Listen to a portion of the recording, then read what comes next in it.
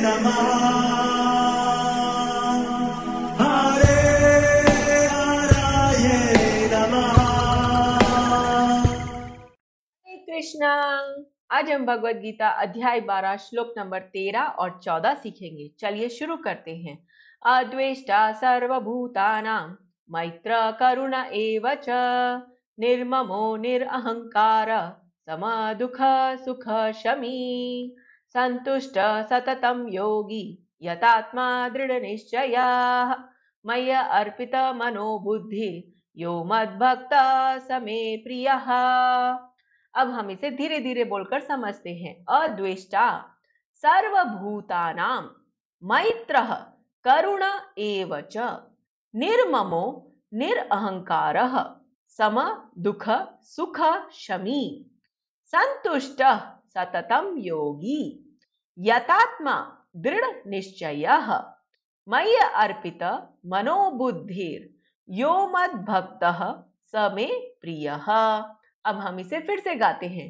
अद्वेष्टा सर्वभूतानां मैत्र करुण एव च निर्ममो निरअहंकारः समदुःख सुख शमी संतुष्टः सततं योगी यतात्मा दृढनिश्चयः मय्य अर्पित मनो बुद्धि यो मद्भक्त स मे प्रियः। अब हम समझते हैं भगवान श्री कृष्ण इन दो श्लोकों में हमें क्या बता रहे हैं। जो किसी से द्वेष नहीं करता लेकिन सभी जीवों का दयालु मित्र है, जो अपने को स्वामी नहीं मानता और मिथ्या अहंकार से मुक्त है, जो सुख और दुख में संभाव में रहता है, सहिष्णु है, सदैव आत्मतुष्ट रहता है, आत्म संयमी है और तथा जो निश्चय के साथ मुझ में मन तथा बुद्धि को स्थिर करके भक्ति में लगा रहता है, ऐसा भक्त मुझे अत्यंत प्रिय है। हरे कृष्णा। चलिए महाप्रेम प्रभु जी से इन दोनों श्लोकों के बारे में और अच्छे से समझते हैं। हरे कृष्णा जी। तो आज हम लोग गुण के बारे में बातचीत करेंगे। संतुष्टः सततम, जो सदैव संतुष्ट रहता है, यह एक ऐसा अद्भुत गुण है जो बताया गया कि जब हमें कहीं जाना होता है जंगल में से और रास्ते में अगर कांटे हैं तो पाँव में बहुत तकलीफ होगी, पर अगर जूते पहन के जाते हैं तो बड़े आराम से उस जंगल के रास्ते से बाहर निकल सकते हैं। ऐसे ही संतुष्टि एक ऐसा गुण है, तो जीवन में कितनी भी कठिनाई हो, अगर हम अंदर से संतुष्ट हैं तो बड़े आराम से जीवन के दुखों से पार निकल सकते हैं। कई लोग भ्रमित हो जाते हैं संतुष्ट और आलस में। कई लोग सोचते हैं, खासकर बच्चे लोग, अच्छा प्रभु जी ने बताया संतुष्ट रहना है, 40% मार्क्स लेके आ जाते हैं और सोचते जी संतुष्ट रहना है हमको। तो कई लोग तो ऐसा सोचते हैं, अरे बस एक माला कर लिया है, अरे बहुत है, संतुष्ट रहना चाहिए। कई लोग कहते हैं जी हम लोग बस एक दिया कर लेते हैं भगवान के सामने और हमको संतुष्ट रहना चाहिए। पर हमें पता ही नहीं वास्तव में संतुष्टि होती क्या है और कैसे उसको कर सकते हैं। जब हम संसार के लिए कार्य करते हैं, जब हम अपने सुख के लिए कार्य करते हैं, तब उसमें रहना है संतुष्ट, और जब भगवान के लिए कार्य करना है तो उसमें कभी भी संतुष्ट नहीं रहना है। मतलब आप अगर एक माला का जप करते हैं तो उस माला को और आप बढ़ाइए, आप 4 माला का जप कीजिए, 8 माला का जप कीजिए, ज्यादा से ज्यादा आपको भक्ति के लिए प्रयास करना है। और संसार के कार्य जब करते हैं तो उसमें संतुष्टि रख सकते हैं, पर लोग बिल्कुल उल्टा करते हैं, भगवान के काम में सदैव संतुष्ट। अरे अभी पिछले सप्ताह तो मंदिर गए थे, हर रोज मंदिर जाके क्या करेंगे। पर जब हम अपने शास्त्रों को और भक्तों को देखते हैं तो हमें पता चलता है भगवान के कार्य में कभी भी संतुष्ट नहीं रहना है और अच्छे से करना है। और कई लोग भ्रमित हो जाते हैं कि अरे हम तो जॉब करते हैं और हम यहाँ पे बोला गया संतुष्ट रहे, तो क्या हम प्रमोशन नहीं ले? प्रमोशन लीजिए, आप अच्छे से कार्य कीजिए, पर एक समय का निर्धारण कीजिए। जो कार्य जो आप ऑफिस में काम करते हैं और अगर उसकी वजह से आपके स्वास्थ्य पे प्रभाव पड़ता है, आपके परिवार पे प्रभाव पड़ता है, या फिर आपके आध्यात्मिक उन्नति में प्रभाव पड़ता है, तो ऐसे कार्य को ज्यादा नहीं करना है। कार्य कीजिए पर एक समय बनाइए। जैसे कि अगर ऑफिस का काम करना है 10 घंटा 12 घंटा, ये आप समय निर्धारित कीजिए, बहुत अच्छे से कार्य कीजिए, पर बाकी चीजों के लिए भी समय निकालिए। नहीं तो कई लोग सोचते हैं अरे हम तो पूरा दिन दुकान पे बैठते जी, हो गई हमारी पूजा। ऐसे पूजा करने से हम कभी भी आगे नहीं बढ़ पाएंगे। संतुष्टि हमको कहाँ करना है? जब हमें मन में बहुत सारी इच्छाएं आती है, तब हमें ध्यान रखना है कि हमारी सांसारिक भोगों की इच्छाओं को कम करना है। इसको बोला गया संतुष्टि। जैसे अगर कोई व्यक्ति भूखा है, खासकर अगर बच्चा भूखा है, तो कुछ भी खिलाओ, थोड़ी देर बाद में कुछ और चाहिए, कुछ और चाहिए, ये दे दो वो दे दो। क्यों? क्योंकि भूख लगी हुई है। और जैसे ही उसको अच्छा स्वादिष्ट भरपेट भोजन दिया जाए, तो फिर उसको बोलते जी कुछ खाओगे? तो बोलता है जी कुछ नहीं खाना है। क्यों? क्योंकि वे तृप्त है। और इसीलिए जब हम भगवान श्री कृष्ण की भक्ति करते हैं, तो हमारा मन धीमे धीमे संतुष्ट और प्रसन्न होने लगता है। और जितना हम प्रसन्न होने लगते हैं, संसार के सुखों की कामना उतनी कम होने लगती है, और इसको बोला गया संतुष्टि। भगवान 10वें अध्याय में बोलते हैं, मत चित्ता मद गत प्राणा बोधयन्तः परस्परम कथयन्तश्च माम नित्यम तुष्यन्ति च रमन्ति च। हृदय पूर्ण रूप से संतुष्ट होता है जब हम भगवान की सेवा में लगते हैं, जब भगवान के कार्य के लिए हम लोग बहुत अच्छे तरीके से काम काज करते हैं। तो आप अपना ऑफिस का काम है, अगर आप डॉक्टर है, टीचर है, इंजीनियर है, जो भी आप कार्य करते हैं बहुत अच्छे से कीजिए, पर उनका समय का निर्धारण कीजिए कि ये समय ऑफिस के काम के लिए, ये समय मेरे स्वास्थ्य के लिए। आप प्राणायाम कीजिए, योग आसन कीजिए, जो भी आपको एक्सरसाइज करनी हो एक्सरसाइज कीजिए, परिवार को समय दीजिए, अपने आध्यात्मिक उन्नति के लिए कार्य कीजिए। तो इस तरीके से जब आप कार्य करेंगे, तो ये बड़े आराम से हम इस संसार में रह पाएंगे।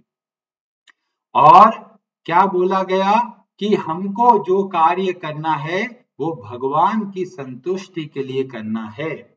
स्वनुष्ठितस्य धर्मस्य संसिद्धिर हरितोषणम। जब भगवान के लिए कार्य करते हैं, तब भगवान जब संतुष्ट होते हैं, तो हम स्वतः ही संतुष्ट होने लगते हैं। और इसलिए हमारा परम और पहला धर्म है। और भागवतम बोलता है, सवे पुंसाम परो धर्मो यतो भक्तिर अधोक्षजे। प्रथम धर्म है जिससे कि हमारी भक्ति बढ़े भगवान के चरणों में। भगवान की जब हम भक्ति करते हैं, तो क्या होता है? हम वास्तव में भगवान को संतुष्ट करते हैं, और जब भगवान संतुष्ट होते हैं, तो हम स्वतः ही संतुष्ट होने लगते हैं। और यह बताया गया, और इसीलिए बड़े बड़े ऋषि मुनि जिनको संसार से कोई लेना देना नहीं है, जो पूर्ण रूप से संतुष्ट है, वो क्या करते हैं? बताया गया, आत्मा रामश्च मुनयो निर्ग्रंथा अपि उरुक्रमे कुर्वन्ति अहेतुकी भक्तिम इत्थम भूत गुणो हरिः। जो बड़े बड़े महान आत्मा, बड़े बड़े ऋषि है, वो क्या करते हैं? वे भी भगवान की भक्ति करते हैं, क्योंकि भगवान की भक्ति में इतना आनंद प्राप्त होता है कि संसार के सारे सुख फीके लगने लगते हैं। और महाराज अम्बरीश के चरित्र से हमको देखने को मिलता है कि जब वो भगवान की भक्ति करते हुए बहुत उत्तम गति को प्राप्त हो जाते हैं तो क्या देखते हैं, तो बताया गया वासुदेवे भगवती तद भक्तेषु च साधुषु। जब वे भगवान की भक्ति करते हैं और भगवान के भक्तों की सेवा करते हैं तो क्या होता है, प्राप्तो भावम, वो उस परम भाव को प्राप्त होते हैं। और वो परम भाव क्या है, परम विश्वम ये नेदम लोष्ट्र वत स्मृतम। वे पूरे पृथ्वी के राजा होते हुए भी सबको कैसे देखते हैं, बहुत छोटा सा, लोष्ट्र मतलब पत्थर के समान।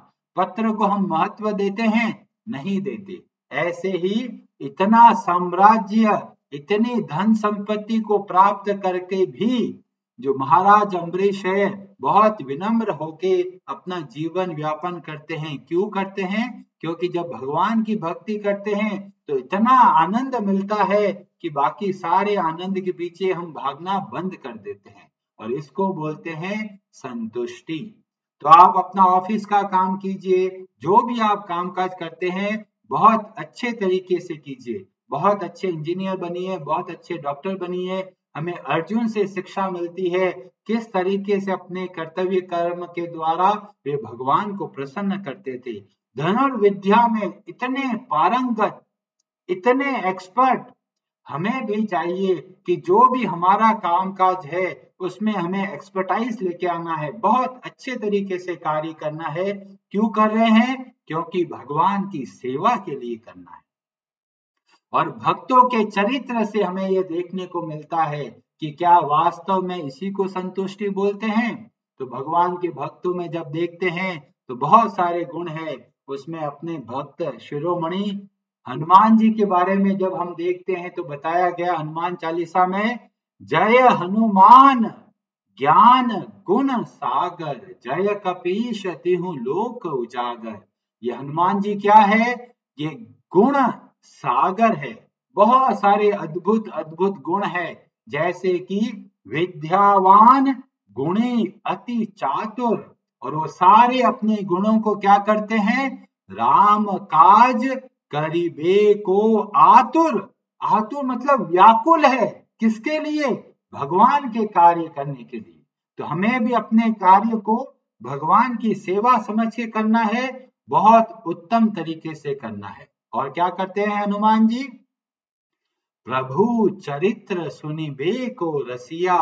भगवान की लीलाओं का जो चरित्र है उनका गुणगान कहने में और सुनने में बहुत आनंद प्राप्त करते हैं, और इसलिए उनके हृदय में सदैव राम लखन सीता मन बसिया। तो हम भक्तों के चरित्र से देखते हैं कि किस तरह से भगवान के कार्य के लिए सदैव तत्पर रहते हैं, व्याकुल रहते हैं। हमें भगवान के लिए कार्य करना है, बहुत उत्तम तरीके से करना है। आपको बहुत अच्छे से, जैसे अगर खाना बनाने का शौक है, बहुत अच्छे अच्छे भोजन बनाइए, भगवान को भोग लगाइए, आप भी खाइए, परिवार को भी खिलाइए। पर खाना कैसा हो, जो स्वास्थ्य वर्धक हो, जिससे हमें दीर्घ स्थायी स्वास्थ्य प्राप्त हो, ऐसा भोजन की हमें व्यवस्था करनी चाहिए। और अगर हम अपने आप को हनुमान जी का भक्त मानते हैं तो बोला गया, जय जय जय हनुमान गोसाई, कृपा करो गुरुदेव की नाई। हनुमान जी को आप अपने गुरु की तरह मान सकते हैं, और जब हम हनुमान जी को अपना गुरु की तरह मानते हैं, वे हमें मार्ग बताते हैं कि किस तरह से हमें भक्ति करनी है। कई लोग बोलते हैं, अरे जी हम तो हनुमान जी के बहुत बड़े भक्त हैं, क्या भगवान श्री राम के लिए पूजा करते हैं? जी वो काम नहीं करते, बस हनुमान जी के बड़े भक्त हैं। अरे जब हनुमान जी के बड़े भक्त है तो हनुमान जी गुरु की तरह क्या सिखाते हैं? वो बोला गया, राम रसायन तुमरे पासा, सदा रहो रघुपति के दासा। भगवान श्री राम की भक्ति है उनके पास। अगर कोई हनुमान जी का भक्ति करता है, वे स्वतः ही श्री राम के भक्त बनते हैं, और अगर नहीं बनते तो समझ लीजिए कि हनुमान जी की भक्ति अच्छे से नहीं करते। तो हमें भक्तों के चरित्र से पता चलता है कि किस तरह से संतुष्ट होना है और कब संतुष्ट नहीं होना है। हरे कृष्णा जी, आप सबका बहुत बहुत धन्यवाद। नमः